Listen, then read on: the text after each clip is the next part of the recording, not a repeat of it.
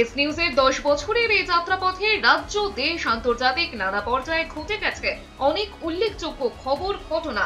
তারই এক ঝলক দেখুন এবার।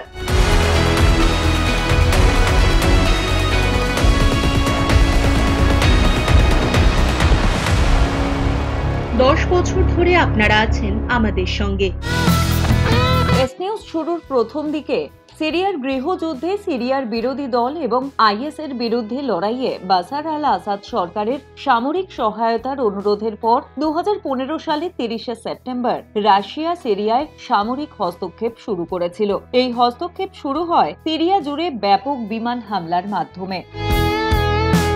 এদিকে ইরান পারমাণবিক চুক্তির কাঠামো ছিল 2015 সালে ইসলামী প্রজাতন্ত্র ইরান এবং বিশ্ব শক্তিগুলোর একটি গ্রুপ এবং ইউরোপীয় ইউনিয়নের মধ্যে সম্পাদিত একটি প্রাথমিক কাঠামো চুক্তি। এই চুক্তি 14 জুলাই 2015-তে ভিয়েনায় ঘোষণা করা হয়েছিল। 2015 সালেই আইএস সন্ত্রাসীদের 3 দল প্যারিসের 4টি স্থানে হামলা চালিয়ে 130 জনকে হত্যা করে। এরপর জুলাইয়ে তুরস্কে আত্মঘাতী বোমা হামলায় 31 জন নিহত হয়েছিলেন। পরের বছর 2016 সালের 30 জুন ফিলিপিন্সের 16তম রাষ্ট্রপতি নির্বাচিত হন রদ্রিগো দুতার্তে। 2017 সালের 15 সেপ্টেম্বর সকাল 6:30টায় উত্তর কোরিয়া পিয়ংইয়াং আন্তর্জাতিক বিমানবন্দর থেকে একটি ক্ষেপণাস্ত্র পরীক্ষা চালায়। 2017 সালেই আমেরিকার 45তম রাষ্ট্রপতি নির্বাচিত হন ডোনাল্ড ট্রাম্প। তার আগে ডোনাল্ড ট্রাম্প জুন 16, 2015 তারিখে রিপাবলিকান পার্টির অধীনে 2016 সালের রাষ্ট্রপতি নির্বাচনে তার মনোনয়ন প্রার্থিতা ঘোষণা করেন। 2017 সালের 29 মার্চ ব্রিটেন ইউরোপীয় ইউনিয়ন চুক্তির 50 অনুচ্ছেদ প্রয়োগ করে এবং ইউরোপীয় কাউন্সিলকে আনুষ্ঠানিকভাবে ইউরোপীয় ইউনিয়ন ইইউ থেকে প্রত্যাহারের ইচ্ছা জানিয়ে ব্রেক্সিট প্রক্রিয়া শুরু করে, যা দুটি সদস্য রাষ্ট্রের মধ্যে প্রত্যাহারের আলোচনা শুরু করার জন্য একটি 2 বছরের সময়কাল নির্ধারণ করে।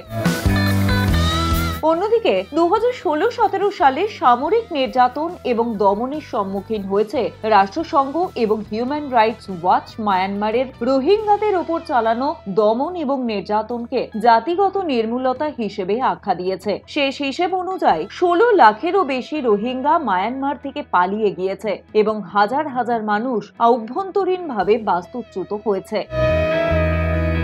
এর মধ্যে মহামন্দা শুরু হওয়ার 10 বছর পর বিশ্বব্যাপী অর্থনৈতিক প্রবৃদ্ধি বেড়েছে এবং বিশ্বজুড়ে শেয়ার বাজার রেকর্ড উচ্চতায় পৌঁছেছে। আন্তর্জাতিক মুদ্রা তহবিল IMF বলেছে যে বিনিয়োগ, বাণিজ্য এবং শিল্প উৎপাদনে উল্লেখযোগ্য বৃদ্ধি এবং আস্থা বৃদ্ধির সাথে সাথে দৃষ্টিভঙ্গি শক্তিশালী হয়েছে, তবে প্রায় 1 দশক ধরে সতর্ক আশাবাদের অভাব রয়েছে। ওদিকে লা নিনার প্রভাবে উষ্ণায়নের প্রভাব কমবে 2017-এ বলা হলেও পূর্বাভাস মেলেনি। আমেরিকার national aeronautic and space administration বা নাসা বলেছিল এল নিনো সক্রিয় না হওয়া সত্ত্বেও 2017 সাল পর্যন্ত দ্বিতীয় উষ্ণতম বছর হিসেবে চিহ্নিত হয়েছিল। এর আগে শুধু রয়েছে 2016। 2017 সালে কিভাবে বিশ্বজুড়ে তাপমাত্রা এতটা বাড়ল সেটাই গবেষণার বিষয় বলে মনে করছেন ওই গবেষকরা। 2018 সাল ছিল জলবায়ু পরিবর্তনের ক্ষেত্রে একটি গুরুত্বপূর্ণ বছর, যখন নাসার হিসেব অনুযায়ী এটি ছিল রেকর্ড করা 4র্থ উষ্ণতম বছর এবং পোল্যান্ডের ক্যাটভাইসে COP24 অনুষ্ঠিত হয়েছিল, যেখানে জলবায়ু পরিবর্তন রোধের জন্য গুরুত্বপূর্ণ আলোচনা হয়। 2019 সালের 15 আগস্ট থেকে দগ্ধ হয়েছে অ্যামাজন। প্রতি বছর এই অ্যামাজনের বুকে সাধারণ দাবানলের মতো ঘটনা ঘটে থাকে, যদিও পৃথিবীর সবচেয়ে আর্দ্র স্থানগুলোর মধ্যে অ্যামাজন অন্যতম। কিন্তু 2018 সালের তুলনায় 2019 সালে প্রায় 93% বেশি দাবদাহের ঘটনা ঘটেছে। ওই বছর অ্যামাজন জঙ্গলের ব্রাজিল অংশে প্রায় 75,000টি দাবানলের ঘটনার খবর এখনো পর্যন্ত নথিভুক্ত হয়েছে। 6 জানুয়ারি 2021-এ 2020 সালের রাষ্ট্রপতি নির্বাচনে তৎকালীন মার্কিন প্রেসিডেন্ট ডোনাল্ড ট্রাম্পের পরাজয়ের পরে তার সমর্থকদের একটি দল ওয়াশিংটন ডিসির ইউনাইটেড স্টেটস ক্যাপিটাল ভবনে আক্রমণ করেছিল। তাদের লক্ষ্য ছিল কংগ্রেসের যৌথ অধিবেশনে বাধা দিয়ে প্রেসিডেন্ট ট্রাম্পকে ক্ষমতায় রাখা। তখন ইলেকটোরাল কলেজের ভোট গণনার পর কংগ্রেসের অধিবেশনে প্রেসিডেন্ট নির্বাচিত জো বাইডেনের জয়ের আনুষ্ঠানিকতা শুরু হয়।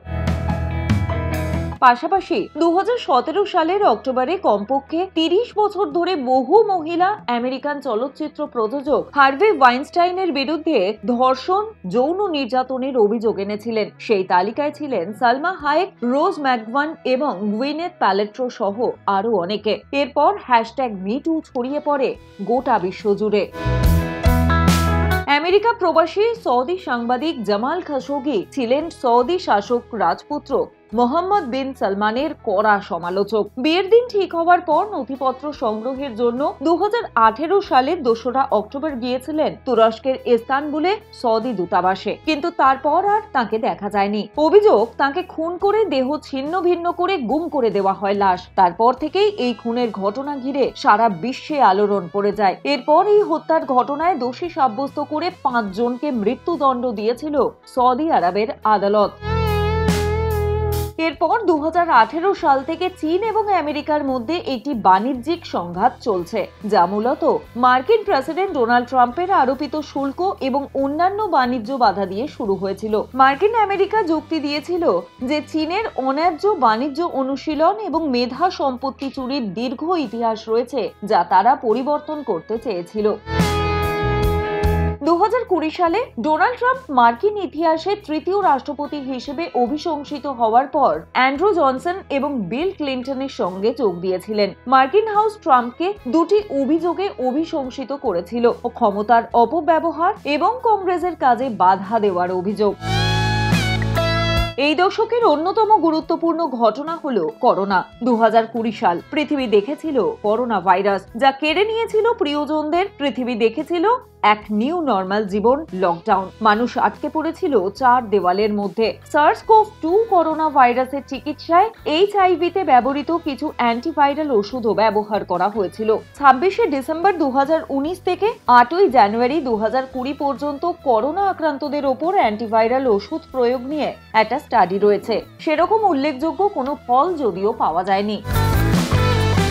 2020 সালের আমেরিকা প্রেসিডেন্ট নির্বাচনে ক্ষমতাসীন ডোনাল্ড ট্রাম্পকে পরাজিত করার পর 2021 সালের 20শে জানুয়ারি 46তম রাষ্ট্রপতি হিসেবে শপথ গ্রহণ করেন জো বাইডেন। ভাইস প্রেসিডেন্ট পদে কমলা হ্যারিস। জর্জিয়ার 2টি আসনে আমেরিকার কংগ্রেসের উচ্চকক্ষ সেনেটে সংখ্যাগরিষ্ঠতা পেয়ে গিয়েছিল বাইডেনের দল ডেমোক্রেটিক পার্টি। জর্জিয়ার 2টি আসনে আমেরিকার কংগ্রেসের উচ্চকক্ষ সেনেটে সংখ্যাগরিষ্ঠতা পেয়ে গিয়েছিল বাইডেনের দল ডেমোক্রেটিক পার্টি। আর ডোনাল্ড ট্রাম্পের জামানা থেকেই কংগ্রেসের নিম্নকক্ষ হাউস অফ রিপ্রেজেন্টেটিভসে ডেমোক্রেটদের সংখ্যাগরিষ্ঠতা ছিল। এর মধ্যে চীনের সঙ্গে সংঘাত আরো তীব্র হয়েছে আমেরিকার। ব্রিটেন এবং অস্ট্রেলিয়ার সঙ্গে নতুন জোট তৈরি করে তারা। আমেরিকার প্রেসিডেন্ট জো বাইডেন, ব্রিটেনের প্রধানমন্ত্রী বরিস জনসন এবং অস্ট্রেলিয়ার প্রধানমন্ত্রী স্কট মরিসন বৈঠক করেন। ভার্চুয়াল মাধ্যমে হওয়া সেই বৈঠকে চীনা আগ্রাসনের মোকাবিলা কিভাবে করা যাবে সে বিষয়ে আলোচনাও হয়েছিল। বৈঠক শেষে বাইডেন জানিয়েছিলেন, অস্ট্রেলিয়া যাতে আরো পারমাণবিক শক্তি সম্পন্ন ডুবোজাহাজ তৈরি করতে পারে, সেই কাজে তাদের সাহায্য করবে আমেরিকা এবং ব্রিটেন। 2020 সালে কোভিড-19 কারণে আন্তর্জাতিক অভিবাসন প্রবাহে মন্দা 2021 সাল পর্যন্ত অব্যাহত ছিল, তবে একটি অভিবাসন সংকটের সমাপ্তিতে রূপান্তরিত হয়নি। করোনা মহামারীর কারণে বিশ্বব্যাপী সাপ্লাই চেইন বন্ধ হয়ে যাওয়ায় ব্যাপক ক্ষতির মুখে পড়ে রাষ্ট্রায়ত্ত এবং বেসরকারি কোম্পানিগুলো। তবে 2021 সালে কোভিড ভ্যাকসিনের আবিষ্কার পুনরায় ব্যবসা বাণিজ্যে আগের গতি ফিরিয়ে আনে। আফগানিস্তানে মার্কিন যুদ্ধ 2001 সালে যেমন শুরু হয়েছিল ঠিক তেমনই শেষ হয়েছিল তালেবান ক্ষমতায় আসার সঙ্গে সঙ্গে। 2020 সালে রাষ্ট্রপতি ডোনাল্ড ট্রাম্প তালেবানদের সাথে মার্কিন সেনা প্রত্যাহারের যে চুক্তি করেন, সেই প্রত্যাহার এগিয়ে যাওয়ার সঙ্গে সঙ্গে আফগানিস্তানের জাতীয় সেনাবাহিনীর পতন ঘটে এবং তালেবানরা দেশটি দখল করে নেয়। 15ই আগস্ট কাবুলের পতন ঘটায়। এদিকে জো বাইডেন রাষ্ট্রপতি হওয়ার পর 2021 সালে বারবার কিছু কথা বলেছিলেন। তার মধ্যে অন্যতম আমেরিকার মিত্রদের সঙ্গে সম্পর্ক জোরদার করার প্রতিশ্রুতি পূরণের জন্য দ্রুত পদক্ষেপ থেকে আমেরিকাকে প্যারিস জলবায়ু চুক্তি এবং বিশ্ব স্বাস্থ্য সংস্থায় ফিরিয়ে আনা। অন্যদিকে 2019 সালে গোটা বিশ্ব জুড়ে যে মারণ রোগ থাবা দিয়েছিল তার নাম করোনা ভাইরাস বা কোভিড-19। ভাইরাসের পরিবর্তনের সঙ্গে সঙ্গে কোভিড-19 টিকাও আবির্ভূত হয়েছে বিশ্বজুড়ে। 2020 সালের ডিসেম্বরে ভারতে প্রথম শনাক্ত হয় ডেল্টা ভ্যারিয়েন্টটি এবং তার শীঘ্রই বিশ্বজুড়ে প্রভাবশালী স্ট্রেনে পরিণত হয়। 2021 সালের নভেম্বরে দক্ষিণ আফ্রিকার বিজ্ঞানীরা ওমিক্রন ভ্যারিয়েন্টের উত্থান শনাক্ত করেন। কয়েক সপ্তাহের মধ্যে এটি বিশ্বজুড়ে পাওয়া যায়। 2021 সালে শেষ হওয়ার সাথে সাথে এটি স্পষ্ট হলো বিশ্বব্যাপী 50 লক্ষেরও বেশি মানুষ এবং 8 লক্ষেরও বেশি আমেরিকান কোভিড-19 মারা গেছেন। মহামারী অবশেষে শেষ হয়ে যায়। কোভিড আবির্ভূত হওয়ার 3 বছর পর বিশ্ব এক শতাব্দীর মধ্যে প্রথম বিশ্বজুড়ে মহামারীর মোড় ঘুরিয়েছে বলে মনে করা হয়। সেপ্টেম্বরে বিশ্ব স্বাস্থ্য সংস্থার প্রধান ঘোষণা করেছিলেন যে মহামারীর সমাপ্তি দৃশ্যমান। অনেক দেশ 2020 সালের গোড়ার দিকে বিশ্বজুড়ে কোভিড ছড়িয়ে পড়ার সময় আরোপিত লকডাউন, ভ্রমণ নিষেধাজ্ঞা এবং সম্পর্কিত ব্যবস্থাগুলি পরিত্যাগ করেছিল। তারা এটি করতে সক্ষম হয়েছিল কারণ কোভিড থেকে মৃত্যুর সম্ভাবনা কমাতে ভ্যাকসিন এবং থেরাপিউটিক চিকিৎসার সাফল্য এবং ভাইরাসের বিরুদ্ধে কিছুটা সুরক্ষা তৈরি করেছিলেন। এপাশে এশিয়া মহাদেশের রাজনৈতিক, অর্থনৈতিক এবং জলবায়ু সংকট 2022 সালে পাকিস্তানকে গ্রাস করেছিল। এপ্রিল মাসে প্রধানমন্ত্রী ইমরান খান সংসদে অনাস্থা ভোটে হেরে যান। পরিবর্তে তিনি তার উত্তরসূরি প্রধানমন্ত্রী শাহবাজ শরীফকে ক্ষমতাচ্যুত করার জন্য রাজধানী ইসলামাবাদে ধারাবাহিক প্রতিবাদ মিছিলে তার অনুসারীদের নেতৃত্ব দেন। নভেম্বরে তিনি একটি ব্যর্থ হত্যা প্রচেষ্টায় আহত হন। ওপাশে রাশিয়ার ইউক্রেনে আক্রমণের ফলে বিদেশে নিরাপত্তার জন্য তাদের মাতৃভূমি ছেড়ে পালিয়ে আসা ইউক্রেনীয়দের ওপর মনোযোগ কেন্দ্রীভূত হয়েছিল। বর্তমানে বিশ্বজুড়ে প্রায় 32 মিলিয়ন মানুষ শরণার্থী, অর্থাৎ তারা নিপীড়ন, সংঘাত বা সহিংসতার কারণে তাদের জন্মভূমি ছেড়ে পালিয়ে এসেছে। 2021 সালে শেষের চেয়ে 1,30,00,000 বেশি, অথবা আয়ারল্যান্ড, লিথুয়ানিয়া এবং নিউজিল্যান্ডের সম্মিলিত জনসংখ্যা সমতুল্য। বিশ্বের শরণার্থীদের 1/5 কেবল সিরিয়া। এর মধ্যে 2021 সালের শেষের দিকে আমেরিকা এবং ব্রিটিশ কর্তারা সতর্ক করতে শুরু করেন যে রাশিয়া ইউক্রেন আক্রমণ করবে। ইউক্রেনের রাষ্ট্রপতি জেলেনস্কি সহ অনেক ইউরোপীয় নেতা যুদ্ধের ধারণাটি প্রত্যাখ্যান করলেও 24 ফেব্রুয়ারি 2022 রাশিয়া একটি বিশেষ সামরিক অভিযান শুরু করে, যা বলেছিল যে ইউক্রেনের নিরস্ত্রীকরণ এবং নাজিবাদ মুক্তকরণ জোরদার করার জন্য এটি প্রয়োজন। মস্কো কিয়েভ দখলের প্রচেষ্টা ত্যাগ করে এবং পূর্ব ইউক্রেনের ডনবাস অঞ্চল দখলে স্থানান্তরিত করে। সেপ্টেম্বরে ইউক্রেনীয়রা একটি পাল্টা আক্রমণ শুরু করে, যা উত্তর পূর্বাঞ্চলীয় শহর খার্কিভকে মুক্ত করে। 6 সপ্তাহ পরে রাশিয়ান বাহিনী দক্ষিণ পূর্ব শহর খেরসন ত্যাগ করে। জল্পনা শুরু করে যে ইউক্রেন ক্রিমিয়া পুনরুদ্ধার করতে পারে, যা রাশিয়া 2014 সালে দখল করেছিল। রাশিয়ার আক্রমণ উল্লেখযোগ্যভাবে ভূ রাজনৈতিক বিভাজন প্রকাশ করে। গত 2 বছরে রাশিয়া ইউক্রেনে আক্রমণাত্মক পদক্ষেপ নিয়েছে। ইউক্রেনের বিরুদ্ধে যুদ্ধের 3য় বছরে গতি রাশিয়ায় স্থানান্তরিত হয়েছে। জুলাই থেকে রাশিয়ান বাহিনী পূর্ব ইউক্রেনে সম্মুখভাবে ইউক্রেনীয় সৈন্যদের পিছনে ঠেলে দিয়েছে। রাশিয়ার হতাহতের সংখ্যা সম্ভবত 1,15,000-এরও বেশি এবং আহত হয়েছে 5 লক্ষ। রাশিয়ার জনসংখ্যার প্রায় 1/4 ইউক্রেনে 43,000 সৈন্য নিহত এবং 3,70,000 আহত হয়েছে। আলোচনার মাধ্যমে যুদ্ধবিরতির আহ্বান বেড়েছে। এবার একটু আকাশের দিকে তাকানো যাক। 150 বছর আগে পরামর্শ ছিল পশ্চিমে যাও। রাশিয়ার চাঁদের প্রচেষ্টা যখন হতাশায় শেষ হয়েছিল, যখন এর ল্যান্ডার চাঁদের পৃষ্ঠ বিধ্বস্ত হয়েছিল, ঠিক তার কয়েকদিন পরে ভারত চাঁদে একটি মনুষ্যবিহীন যান অবতরণকারী চতুর্থ দেশ এবং চাঁদের দক্ষিণ মেরু অঞ্চলের কাছে এটি করা প্রথম দেশ হয়ে ওঠে। তার 2 সপ্তাহ পরে ভারত সূর্য অধ্যয়নের জন্য একটি মিশন শুরু করে। ওদিকে আমেরিকা মহাকাশের বেসামরিক অনুসন্ধান এবং ব্যবহার নিয়ন্ত্রণের জন্য আর্টেমিস চুক্তিকে উন্নীত করেছে। চীন এবং অন্যান্য অনেক মহাকাশ প্রবাসী দেশ এতে স্বাক্ষর করতে অস্বীকৃতি জানিয়েছে। মহাকাশের জন্য নিয়ম তৈরি করা জটিল কারণ স্পেসএক্স, ব্লু অরিজিন এবং ভার্জিন গ্যালাকটিকের মতো বেসরকারি সংস্থাগুলি মহাকাশ অভিযানে বড় ভূমিকা পালন করেছে। এর মধ্যেই খবর, ভারত বিশ্বের সবচেয়ে জনবহুল দেশ হিসেবে চীনকে ছাড়িয়ে গেছে। গত শতাব্দী ধরে চীন বিশ্বের বৃহত্তম জনসংখ্যার দেশ ছিল। এখন ভারত জনসংখ্যা 1.43 বিলিয়ন মানুষ। ভারত সম্ভবত আগামী কয়েক দশক ধরে সবচেয়ে জনবহুল দেশ হিসেবেই থাকবে। চীনের জনসংখ্যা হ্রাস পাচ্ছে এবং বৃদ্ধি হচ্ছে। এদিকে ভারতের জনসংখ্যা এই শতাব্দীর মাঝামাঝি সময়ে প্রায় 1.7 বিলিয়নে পৌঁছবে। অন্যদিকে কৃত্রিম বুদ্ধিমত্তা প্রতিশ্রুতি এবং বিপদের কারণ। 2022 সালে চ্যাটজিপিটি প্রকাশের মাধ্যমে জনসাধারণের চেতনায় এআই এর প্রসার ঘটে। 2023 সালে তথাকথিত বৃহৎ ভাষা মডেলের উপর ভিত্তি করে তৈরি প্রযুক্তি কেবল উন্নতই হয়নি, চ্যাটজিপিটির শেষ ভার্সনটি তার পূর্বসূরির তুলনায় 10 গুণ বেশি উন্নত বলে জানা গেছে। আর 2023 সালের সেপ্টেম্বরের শেষের দিকে মধ্যপ্রাচ্য আশাব্যঞ্জক হলেও মাত্র 8 দিন পরে 7ই অক্টোবর যখন হামাস ইসরায়েলে আক্রমণ করে, তখন পরিস্থিতি বদলে যায়। প্রায় 1200 ইসরায়েলি নিহত হয়, যা ইসরায়েলের ইতিহাসের সবচেয়ে ভয়াবহ দিন। পাশাপাশি বিশ্বব্যাপী তাপমাত্রার রেকর্ড ভাঙছে। 2023 সম্ভবত রেকর্ডের মধ্যে সবচেয়ে উষ্ণতম বছর। এর ফলে বিশ্বজুড়ে চরম আবহাওয়ার ঘটনা ঘটেছে, যার মধ্যে রয়েছে ঐতিহাসিক দাবানল থেকে শুরু করে চরম খরা এবং রেকর্ড বন্যা। গত বছর 2024 সালে মহাকাশ অনুসন্ধানের কিছু উল্লেখযোগ্য ঘটনা হলো, জাপান জানুয়ারিতে একটি চন্দ্র গর্তে স্লিং স্মার্ট ল্যান্ডার অবতরণ করে এবং 3 মাসের জন্য পৃথিবীতে তথ্য প্রেরণ করে। চীন একটি মিশন পাঠিয়েছিল যা চাঁদের দূরবর্তী দিক থেকে মাটির নমুনা ফিরিয়ে এনেছিল। নাসার পারসিভারেন্স রোভার মঙ্গল গ্রহে জীবাণুর জীবনের সম্ভাব্য প্রমাণ খুঁজে পেয়েছিল।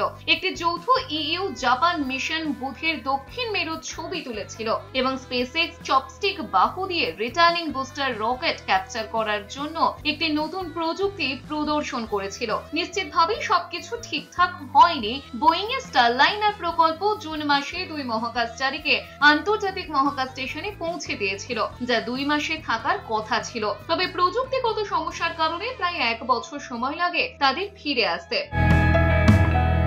এর মধ্যে ডোনাল্ড ট্রাম্প মার্কিন রাষ্ট্রপতি নির্বাচনে জয়ী। 2024 সালে ডেমোক্র্যাট কমলা হ্যারিসের কাছে ট্রাম্পের পরাজয় মার্কিন ইতিহাসের সর্বশ্রেষ্ঠ রাজনৈতিক প্রত্যাবর্তন হিসেবে বিবেচিত।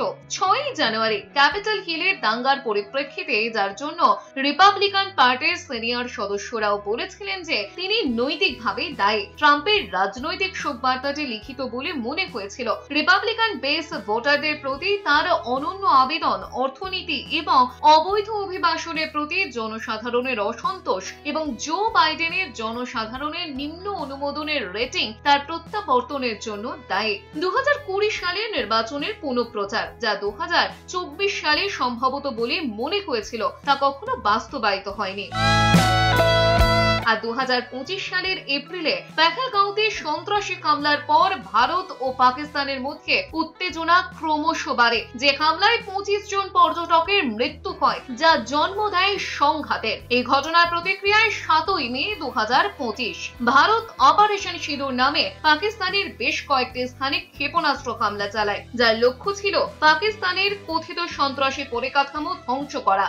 এই হামলার প্রতিক্রিয়ায় পাকিস্তান ও ভারতে পাল্টা হামলার অনুমোদন দেয়, যা ভারত ও পাকিস্তানের মধ্যে উত্তেজনা চরমে ওঠে এবং একটি পূর্ণাঙ্গ যুদ্ধের আশঙ্কা তৈরি হয়।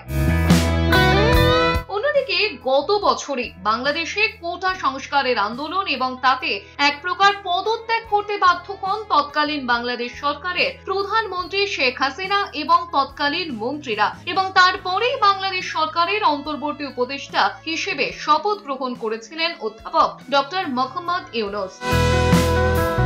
প্রায় একই ঘটনা দেখা গেছে এই বছর নেপালে। 26টি সোশ্যাল মিডিয়া বন্ধ সহ একাধিক দুর্নীতির অভিযোগে জেন জিদের আন্দোলনে উত্তাল হয়েছিল ভারতের প্রতিবেশী রাষ্ট্র নেপাল। পরবর্তীতে এই আন্দোলনের জেরে পতন ঘটে নেপালের তৎকালীন প্রধানমন্ত্রী কেপি শর্মা ওলির এবং নতুন অন্তর্বর্তী সরকারের প্রধান হিসেবে শপথ গ্রহণ করেন সে দেশের প্রাক্তন প্রধান বিচারপতি সুশীলা কার্কে।